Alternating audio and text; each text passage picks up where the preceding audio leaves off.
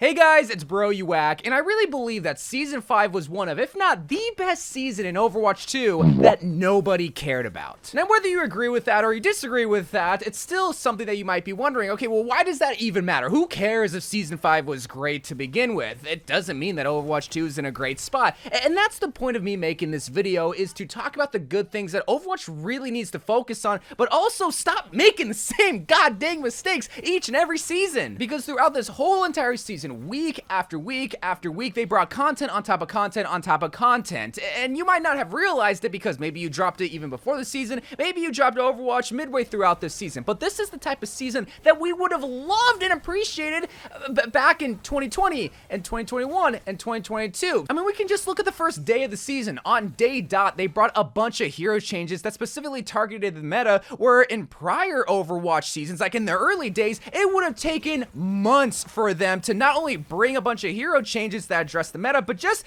actual meaningful hero changes. Now, I understand that a lot of people might not agree with the hero changes, even if they are coming frequently. Like Widow mains, I'm sure they absolutely hate this season because they nerfed her to the ground. Mei mains, I at least hated the beginning of the season, but they made her better. And Life River mains, all four of you guys can come together and know that you're still having to play a mediocre hero, but at least he's getting better.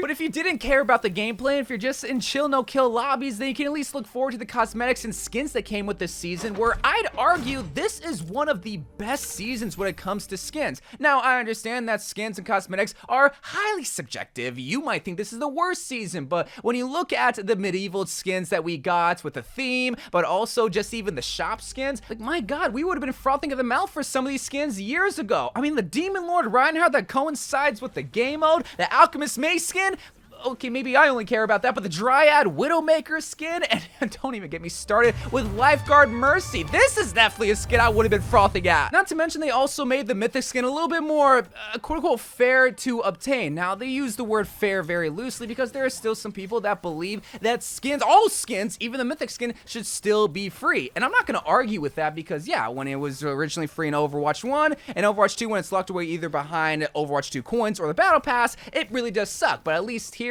if you spend $10, you can at least know that you're gonna get the Mythic skin a little bit earlier than beforehand, where you had to commit so much time to get to tier 80 to even sniff the Battle Pass. Now you get it at tier 45, just not with all the armor sets, but at least you still get the skin. But we got constant hero changes, we got weekly skin drops, where previously we would have to wait season after season, but on top of that, we got 3 free brand new game modes, where years ago we would have been begging for, okay, maybe not begging for these game modes, but we just wanted more content. This is the definition of more content, where we got the Demon Lord game mode. Yeah, it was made by one person, so by that fact, it wasn't going to be the most in-depth game mode of all time, but we got Winston Volleyball alongside Lucio Ball and competitive, wait, what, no, competitive Lucio Ball? Huh, maybe that's why people didn't care about December games. But we also got the greatest game mode to ever grace upon Overwatch, Prop Hunt. I don't know why it took so long for them to add Prop Hunt, but my statement still stands. In this season alone, we got 3 brand new game modes. Not the most replayable game modes with the exception of Prop Hunt, but still new content. And I could just go on and on and on about some more stuff that we got in Overwatch, like the free reward skins that you got from the game modes, like Tropical Doomfist and the remix on a Bastet skin, and the free World Cup skins. Oh yeah, I forgot about the online qualifiers that took place for the World Cup, where the United States went 5-0, baby! And to top things off, we got a free mini Overwatch anime series. Granted, it was a short 3-episode series, but still nonetheless. Oh yeah, I almost forgot to mention the new Sojourn cinematic that comes out today. So the whole point of me talking about the things that we got in this singular season is not to meet right Blizzard and saying, oh, you should appreciate what we got in this season, but rather to really look at all the content that we got in the past 2 months and really be amazed at what we got, but still bring up the question, okay, but why do people still not care about Overwatch? Why are people dropping the game like flies and not returning? Could it be because we didn't get a brand new map, or a lot of people expect that from an odd season? I'm gonna really say that because we are gonna get 2 new maps next season with New Junk City and Servasa. Could it be because the Overwatch League could potentially be shutting down later this year, where the Chengdu Hunters already beat most of the teams to the punch and already folded?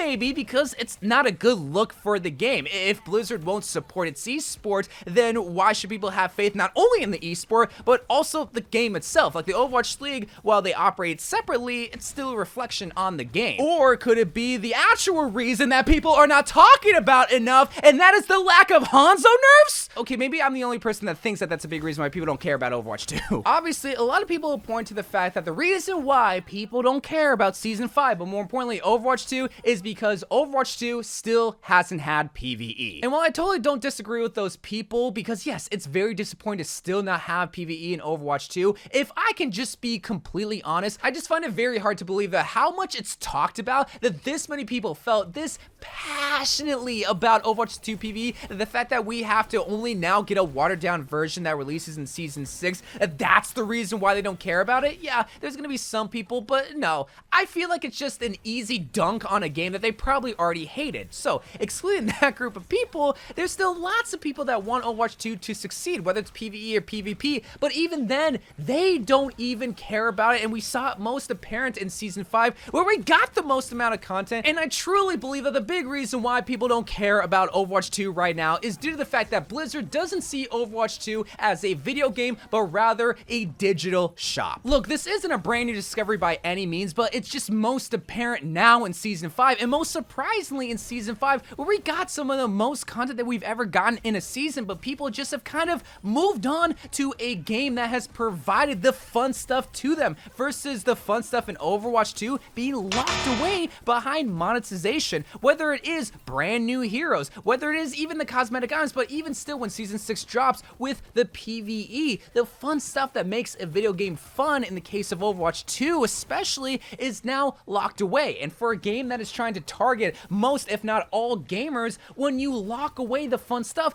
they're gonna move on to a different game that provides that fun gameplay to them. They're not gonna be willing to spend money or show any interest. And I think moving into Season 6, if they want to drive more interest, they not only gotta keep up what they've been doing in Season 5, because it's great. Like, you can disagree with me all you want, but I truly do believe that Season 5 was a great season, and Season 6 has the potential to be another great season, but they gotta change up something. And what I think they can change up is, first and foremost, making all brand new heroes and past brand new heroes free for everybody. Stop locking away behind the paywall, because that is the core of Overwatch 2. Like, it is so disappointing to think that there are gonna be some people that open Overwatch 2, see the brand new hero, get all excited, and oh, I gotta spend $10? Nah, what else is in my Steam library? Oh, hey, CS2 is out. Let's play that. It could really be as simple as that. Now that Overwatch 2 is on Steam, it could be even easier for them to switch on to different games, because if I know anything about gamers, is that they are lazy. And it's shown with this business model that if you lock away brand new heroes in the Battle Pass, that a lot of gamers are not only gonna be not interested, but they're not gonna be willing to grind up to that level to unlock the brand new hero for free. It also doesn't help that Life Reaver kind of suck cheeks, but still, I feel like a hero could be amazing, but it still wouldn't drive enough interest to have people spend $10 for the Battle Pass just to unlock the hero instantly. And if they really want to make Overwatch 2 successful, then they would make Overwatch 2 PvE for free. They would just make it so that it's not behind a $15 bundle bundled in with the Battle Pass. They would just make it available for everyone to play in hopes that they come back to Overwatch 2, experience how great Overwatch 2 truly is with the heroes and the story, in hopes that they stay around and spend money on the Battle Pass and the cosmetic items. Now, there'll be some people that say, oh, the skins in the Battle Pass should be for free,